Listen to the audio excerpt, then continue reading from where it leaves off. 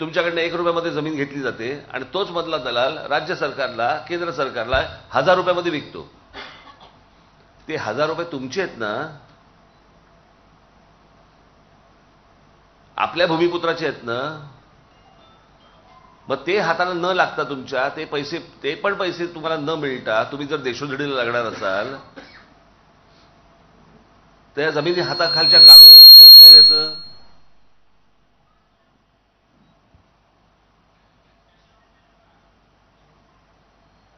मी त्या दिवशी जे सांगितलं, जगामधला कुठचाही तुम्ही इतिहास तपासून बघितला तो भूगोलाशिवाय नाही. जमीन हडप करणं एवढाच फक्त भाग होता. आज ट्रान्स हार्बर सुरू झाला, ही रोरो सुरू झाली आहे. उद्या हे रस्ते तुमच्या जमिनी जाणार हातात ना बाबांनो.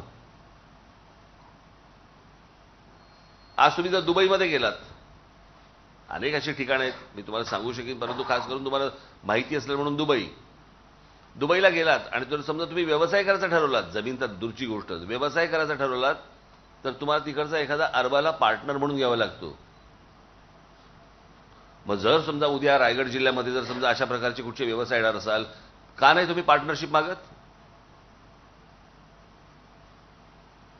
शक्य असल्यास मी तुम्हाला ऑप्शन सांगतोय.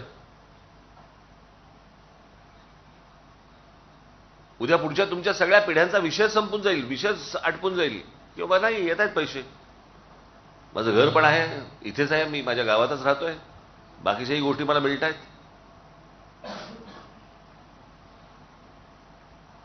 आपल्या लोकांना महाराष्ट्रात, खास करून महाराष्ट्रात आपल्या लोकांना भानच नाही या गोष्टींचं. तुम्ही सहज माझ्या पत्रकार बांधवांना माझी विनंती आहे, तुम्ही सहज आत्ता जिथे रजिस्ट्रेशन होतात ना जमिनींचे, जाऊन बघा कोणाच्या नावावरती जमिनी झाल्यात. आता रायगड जिल्ह्यामध्ये अजून एक धोका म्हणजे तुमचं नेरळ, माथेरानच्या पायथ्याशी जा, तिथे इमारती उभ्या राहत आहेत, कोण फ्लॅट घेतात जरा बघा.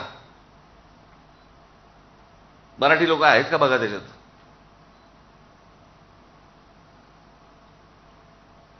हा सगळा कर्जत, खालापूर आणि हा सगळा पट्टा गेला, जातोय हातातनं.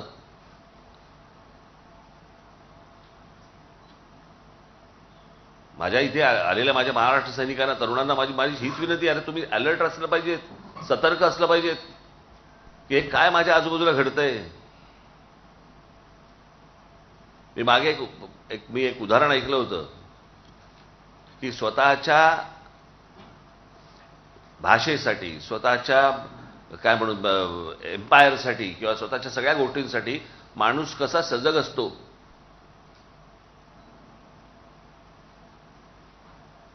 म्हणजे तुम्हाला एक उदाहरण म्हणून मी फक्त तुम्हाला सांगतो की एकदा काय म्हणतो, त्यावेळेला जेव्हा सुरतेवरती जेव्हा स्वारी झाली महाराजांची, तेव्हा महाराज सुरतेच्या बाहेर होते.